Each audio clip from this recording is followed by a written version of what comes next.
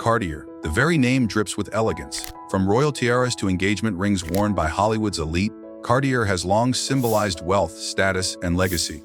But what if I told you that behind the glamour of this $4 billion jewelry empire lies a shocking story of lost legacy? A family that built an empire from scratch and then watched it slip through their fingers. This is the forgotten tale of the Cartier family, the dynasty that once created treasures for kings, queens, and millionaires, only to lose everything. And they didn't lose it to scandal, theft, or war. They lost it because their heirs gave it away. Today, we peel back the velvet curtain and reveal the true story of how one of the most iconic luxury brands in history fell out of family hands, never to return. And trust me, this one's not just about jewelry. It's about legacy, ambition, and the very real cost of not protecting what you've built. It all started in Paris, 1847. Louis François Cartier was just a watchmaker, nothing more, nothing less. But he had an eye for detail and a passion for pushing boundaries. When he took over the workshop of his master, Adolphe Picard, he planted the seed of what would become a global luxury giant. At first, it was just about watches. But Louis François quickly understood something that many craftsmen didn't. Luxury is more than product. It's story, presentation, and exclusivity. His reputation grew steadily. French aristocrats came knocking, and soon his designs were being talked about in elite circles. But Louis François didn't want to just be a skilled artisan. He wanted to build a brand, one that would outlast him. And so he brought his son Alfred into the business. Alfred Cartier, unlike his father, was less focused on craftsmanship and more on expansion. He understood marketing before it had a name. Under Alfred's leadership, Cartier began serving not just French nobility, but the royal families of Europe. The Russian Tsars, the British monarchy, and Indian Maharajas. They were all dazzled by Cartier's creativity, but Alfred's smartest move, involving his three sons Louis, Pierre, and Jacques. Each was sent to a different corner of the world, Louis in Paris, Pierre in New York, and Jacques in London. This was the genius of the Cartier strategy. They weren't just building stores, they were building empires across continents. Cartier was no longer just a jewelry house. It became the jeweler of kings and the king of jewelers, as King Edward VI once put it. By the early 1900s, the Cartier brand was synonymous with wealth and power. Every royal crown, ceremonial necklace, and prestigious watch bore the Cartier name. They created the first men's wristwatch, the iconic Santos, and invented their own diamond-cutting techniques. Innovation was everywhere. The family was unstoppable. Cartier wasn't just riding the wave of luxury. They were making history. When Pierre Cartier acquired a mansion on Fifth Avenue in New York in 1917, he didn't buy it with cash. He traded it for a pearl necklace. That's right, a necklace. But not just any necklace. It was valued at $1 million back then, and today it would be worth well over $25 million. That mansion became Cartier's New York flagship store and still stands today. The brand's creations weren't just accessories. They were works of art. The Tutti Frutti collection, inspired by Indian royalty, became an instant classic. The Cartier Panther, a style icon that's still in demand today. By the 1920s and 30s, Cartier was creating jewels for the world's most powerful people.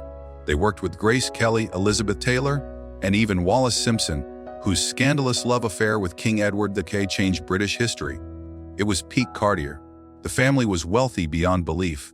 Their craftsmanship was in every museum, every gala, and every throne room. And then, slowly, quietly, things began to change. Here's where the story takes a heartbreaking turn. The brilliance of the three brothers who expanded Cartier also came with a hidden cost.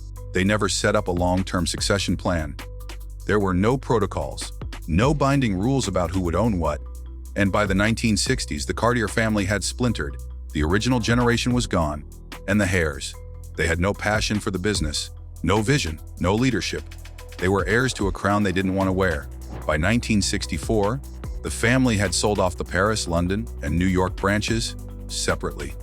Instead of keeping the empire whole, they divided it. Each city was sold to different investors.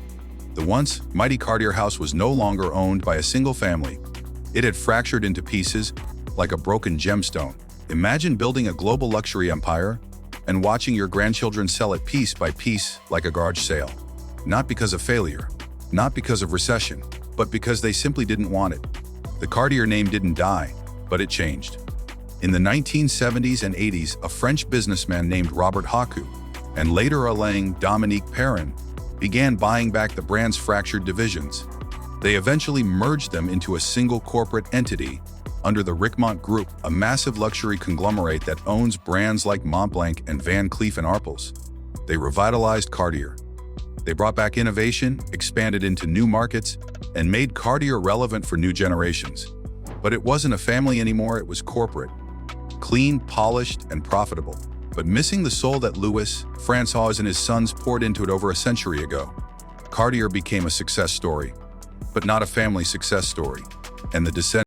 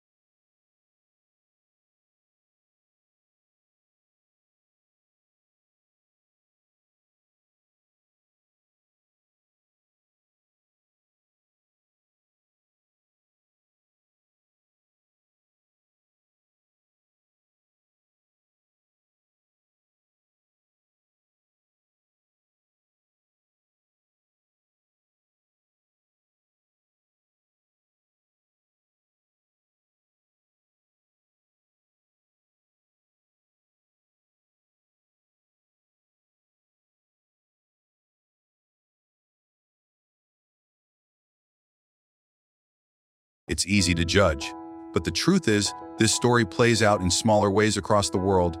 Family restaurants, small businesses, even land and legacy projects.